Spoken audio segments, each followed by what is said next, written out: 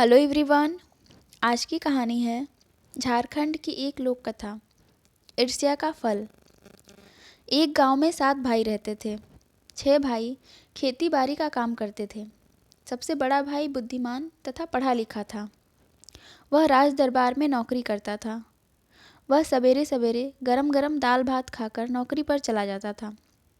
सबसे छोटे भाई को बड़े भाई से ईर्ष्या हो गई। उसने अन्य भाइयों से कहा, बड़े भाई को दरबार में परिश्रम नहीं करना पड़ता, फिर भी उन्हें सबसे पहले ताज़ा खाना मिल जाता है। हम लोग खेतों में अधिक परिश्रम करते हैं और हमें ठंडा भोजन मिलता है। यह बर्दाश्त से बाहर की बात है। सभी भाइयों ने उसे समझाया। बड़े भाई का काम बड़ी बुद्धिमानी का है। छोटे भाई ने कहा, मुझे मालूम है कि उसका काम बड़ा नहीं, बड़े आराम का है। वह काम मैं भी कर सकता हूँ। कल मैं ही उसकी जगह पर काम करने जाऊंगा। पांचों भाइयों ने उसे समझाया कि देखा देखी करना ठीक नहीं है, लेकिन छोटे भाई ने नहीं माना। बड़े भाई को जब यह बात मालूम हुई तो उसने मुस्कुरा कर कहा, ठीक है, मैं कल नहीं जाऊंगा, दरबार में वही जाएगा। दूसरे दिन सवेरे ही वह गर्मा गर्म भोजन करके दरबार में पहुंचा और अपने भाई की कुर्सी पर बैठकर अकड़ कर बैठ गया।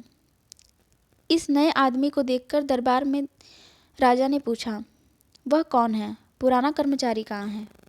छोटे भाई ने कहा, आज भाई की जगह मैं यहाँ विचार देने आया हूँ। राजा ने उससे एक प्रश्न किया, बंदूक की एक ही गोली हिरण के पाँव और कान में कैसे लग सकती है?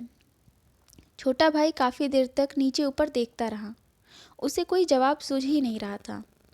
उसने कोई जवाब नहीं दिया तो राजा ने आदेश दिया कि इस कुंद बुद्धि वाले आदमी को दिन भर एक पाँव पर खड़ा रखा जाए। वह सारा दिन एक ही पाँव पर खड़ा रहा। छुट्टी होने पर घर आ गया तो वह बहुत उदास था।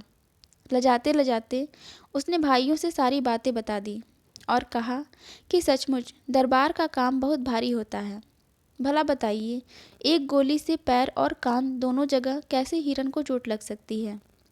इसका उत्तर नहीं देने पर राजा ने मुझे सजा दे दी।